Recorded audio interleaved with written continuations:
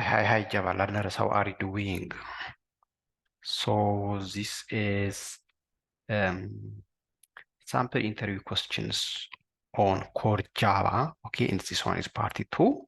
Okay, I have come up with the part 2 sample interview questions. When I say sample, the most asked questions, right, in interview questions. So those of you who are ready, who are preparing for your interview, job interview, so this can give you some tips, right? So let's continue happy uh,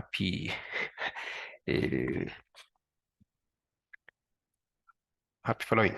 Okay.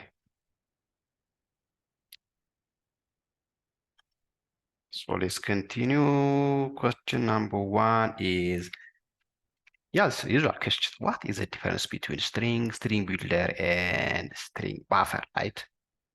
This is commonly asked question. So we can answer it like this, right? You can answer it like this. String is nothing but it's an immutable class, right? Immutable class, meaning their values cannot be changed, right? Right? I mean, its values cannot be changed once created. So any modification to string results is a new string object, right, being created. So when we modify that object, it creates a different object, right? It creates a new object. So it's impossible to update the string object, right? When we do that, it creates a new object, right? A new object. So we call it this one immutable class. Immutable class cannot change its values, right? Cannot modify. Uh, so how about string builder and string buffer? These are mutable classes. That means uh, we can change their values, right? That can be used to efficiently manipulate strings. We can manipulate strings either using string builder or string buffer, right? By using the word append, right? You can append, right, as many strings as you need to these classes, right? These classes. So what's the difference between string builder and string buffer? When to use string buffer over the string buffer, string builder over string buffer. So the thing is that with thread safety, right? Thread safety. If we care about thread safety, we have to use the string buffer, right? String buffer. If not, if we don't care, we use string builder, right? String builder. So string builder is not thread safe, right? It's not thread safe, while the string buffer is thread safe. So it's up to us to choose which one, right? Choose which one. We need to know their characteristic, so we have to know which to use when, right? Which to use when to use which. Okay, when to use which. Okay, so if you answer like this, you get good points, right? Good points. Number 2, what is the difference between array list and linked list? You guys know, you should know these things, right? The difference between array list and linked list. You can answer like this. You can answer it like this. Array list is implemented as a resizable array, right? You know, you have to know, I think, the difference between array. The interviewer may ask you, what's the difference between array and the array list? Yeah, you have to know this one, okay? Array is already has a fixed size, but array list is a resizable array, right? It's a kind of array, but it's a resizable array, okay? Array in Java is fixed, right? Array is a fixed size, while array list is a resizable array. It's a kind of array, but it's a resizable, right? While in the linked list is implemented as a double linked list. Double linked list, right? You know, I think what linked list is, right? It's a data structure, right? So linked list is implemented as a double linked list. Array list provides fast random access, okay? When we need fast random access, when we need to access the elements in a fast way, we need to use array list, right? It's more suitable for scenarios that involves frequent element retrievals, right? While in the linked list, it provides efficient insertion and deletion, okay? When our demand is efficient insertion and deletion, we have to use the linked list, right? The linked list, okay? So you can answer like this. Oh, third one, what is the difference between finalize, finally, and finalize in Java? What are the terms, these terms, okay? Finalize, finally, and final, right? You can answer it like this. Finalize is a method, okay? You can see the symbol, right? It's a method. is object, it's an object class method, right? That is called by the garbage collector. You guys know what garbage collector is already. So it is used by the garbage collector when it determines that there are no more references to an object, right? When it tries to garbage collect any object, it calls finalize, right? Before removing that object or before garbage collector it calls the finalize method, right? Finally is a block, right? How about finally is a block used in the exception handling to specify code blocks that will be executed regardless of whether an exception is true or not. It is for so mainly this one is used for releasing resources. This will be executed no matter whether there is an exception or not, right? And so try catch finally, right? In the block, for example, try, then some code under the try, then catch, then followed by finally, right? So anything under the finally is executed no matter whether there is an exception or not. Finally, the keyword, right? Usually in Java to declare constant values. In Java, we use final to declare constant values, right? That cannot be modified. It can also be used with classes, okay? Which means if a class is final, that means it will not be extended, right? And we can also use it in a method. Method is final, means we will not override it, right? It's an overridable, right? We cannot override it. And if a class is final, we cannot extend it, okay? So you have to know these things, simple things, but you need to remember, right? It's good to review these things, these terms, right? Because they commonly appear in interview questions. Okay. Uh, Next question, what are checked and unchecked exceptions in Java? So this one is most asked question, right? In interview questions. So checked and unchecked exceptions in Java. You can answer like this. Checked exceptions are nothing but that are exceptions that are checked at compile time, right? We know them at compile time, so we can catch them, okay? But in the try catch, or we can throw them in the method, right? In the method signature using the throws keyword, right? So we have two options here. Either we need to catch them with a try catch block, or we need to throw them, right, in the method signature.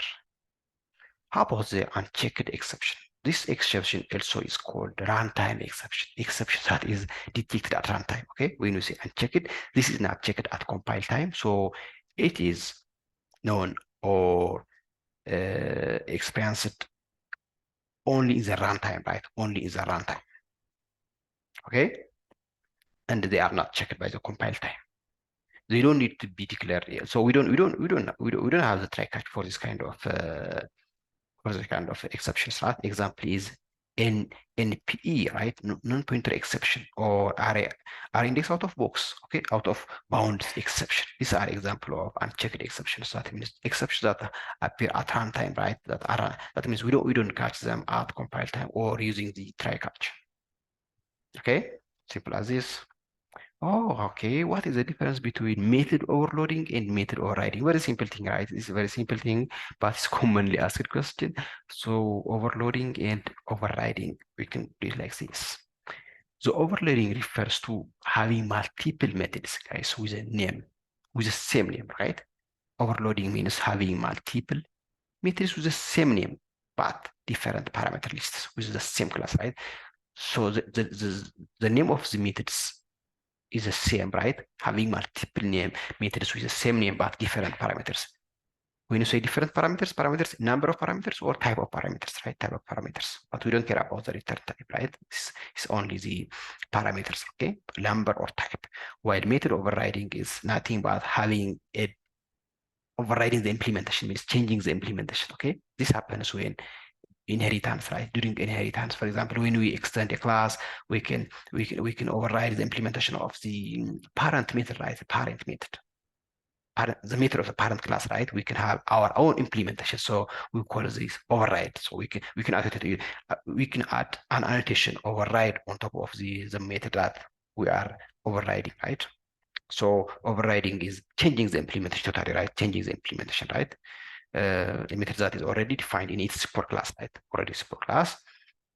The method signature must be the same in both support classes. Mind you, during overriding, we don't change the method signature, right? But in the overloading, method signature is changed, right? Okay, method signature changes. That means the parameter numbers, number of parameters or type of parameters. But in the case of overriding, we don't change the signature. We only change the implementation. Okay, we only change the implementation. The signature is the same. Okay, in the parent and the child class.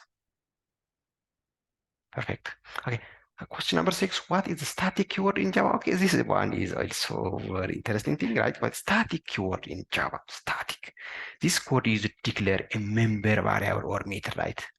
Any member variable or method that belongs to the class itself rather than to an instance of the class. That means if we need to access the member variable or member method of a class using the class itself without creating an instance of that class, we declare that member variable or method to be static, right? To be static. So we don't need to create an object to access this member, okay? This class member. Okay, what's the purpose of transient keyword in Java? It's also very important or very interesting thing, right? What is the purpose of the transient keyword in Java? Okay, transient one is a common thing as well. Transient keyword is used to indicate that a variable should not be serialized, right? Serialized when an object of the class is converted into a byte string. Okay, when we need to deter a variable from being serialized, maybe for security purpose, okay, or for other purpose, we declare it to be transient, right? So this keyword is used only for is used for a variable, right? For a variable. It's commonly used for variables that contain sensitive, especially for sensitive or temporary data, right? For sensitive or temporary data. If the data is sensitive or we think it to be temporary data, we declare it to be transient, right? We define it to be transient. That means it will not be serialized when we during transplantation or during storage of the data into database, right? Database. That means when we convert it into byte stream, we don't need that to be serialized, right? So we declare it to be transient. Great. Question number 8 explains the concept of method chaining in Java. This is also very important. Method chaining in Java. Okay. So what is method chaining after all?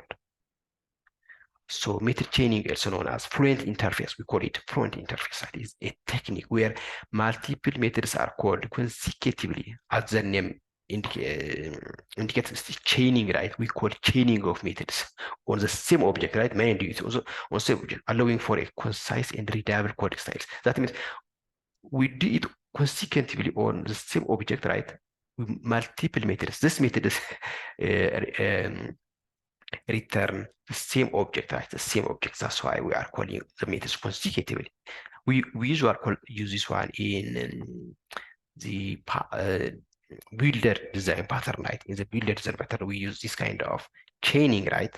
So each method call returns object itself, okay, allowing for the next method call to be chained. Example of this one is builder pattern, right? Builder pattern is a kind of creational pattern. So this we use commonly the method chaining in this creational object creational pattern, right? Object creational pattern. So example is this one, right? I can give you one example. So we have class A, right? We have two member variables A, B. So we have two methods here. Can you see set int and set float, right? These are returning the object, returning this means these are returning the same object, right? The same object. So here, look at here, okay? New A, set int, we call this object. So I mean this method. Since this method calls returns the object of A, we can also directly call another method, right? Set float, okay? And as well, and this method as well returns of type of object A, right? So because of this one, we can continue calling the display method, right? The display method. So we are calling three methods, right? That's why we call it method chaining, right? We have chained these methods, three methods, right? In the same line. This gets very concise and precise code, right? In the same line.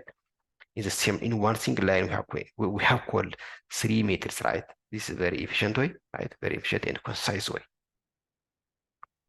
Okay, nice. So question number 9, what is the difference between hash map and hash table? You guys know hash map is the most used data structure, right?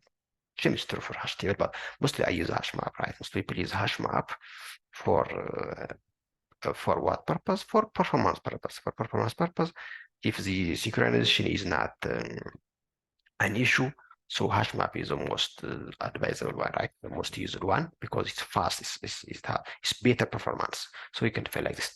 Hash map is not synchronized and allows null values and null key, right? And null key. That means, what does it mean? It is not synchronized. It means it's not thread safe, right? Not thread safe. And it allows only one key value, one key and multiple null values, right? It allows only one null key, right? Not more than one key, because in hash map you didn't have the redundant keys, right? Well, keys are unique, yeah. Keys are unique. Okay, in hash map, keys are unique, but values can be redundant, right? You can have repeated values, right? In each mapping. So while in the hash table it is synchronized, that means it is thread safe and does not allow null values or null keys at all, right? No null value, no null key in hash table, and this one is thread safe or it is synchronized. Hash map is generally preferred over hash table for non-thread safe operations, right? If you don't care about the thread safety, so hash map is the most preferred one, right? It's preferred one, right? Because of its better performance. It outperforms. So hash map outperforms hash table, right? That's why we most of the time use hash map. Okay. But if you guys care about the thread safety, you have to use hash table, right? Hash table. Yeah, that's all. That's all. So I hope this sample questions will help you prepare with your interview questions. Okay, so thanks so much. Good luck.